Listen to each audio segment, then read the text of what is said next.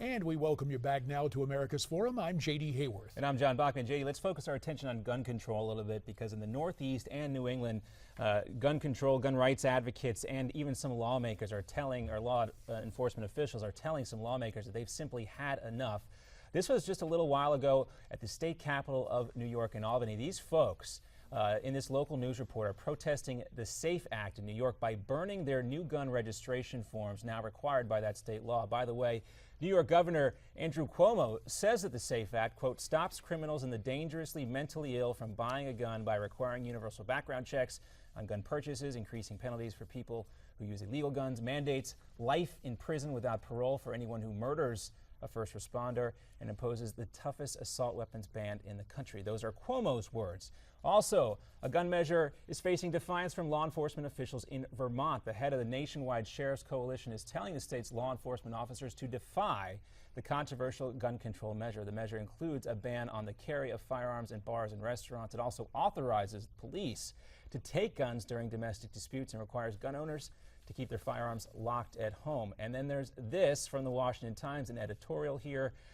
Connecticut gun owners revolt. Widely flouted registration law puts legislators in a bind. Reality of this is of little interest to Connecticut politicians when they're intent on making a statement. They thought they could compel everyone to think as they do about gun control by threatening those who disagree with a felony. It didn't work. All right.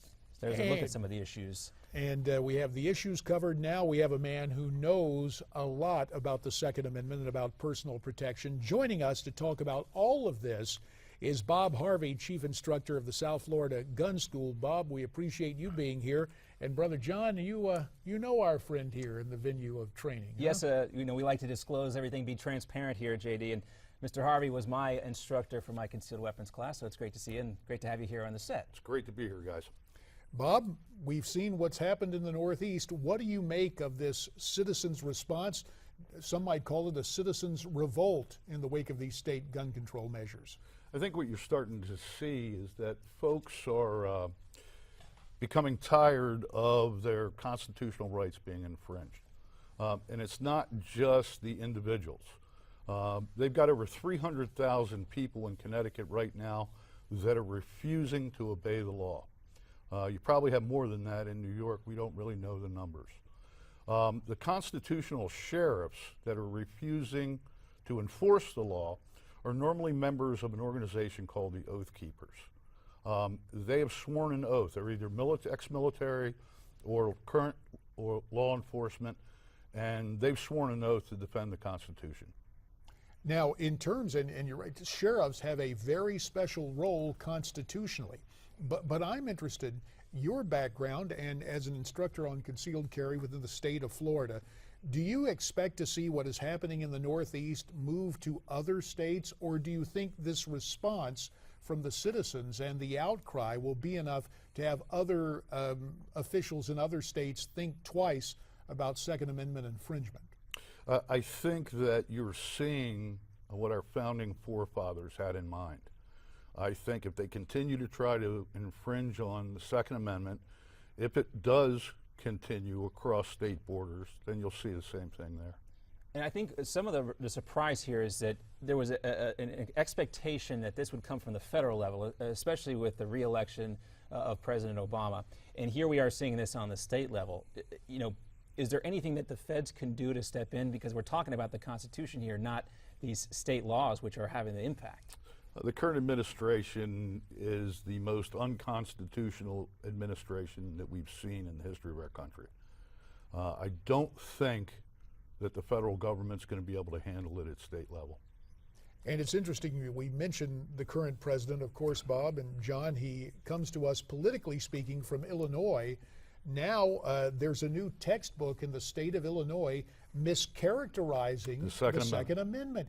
All this disinformation, Bob, for someone with a military background, for someone who trains people how to protect their family and homes and property, the personal frustration at the wall of disinformation that descends upon the American public has to be remarkably frustrating to you. And also as a veteran,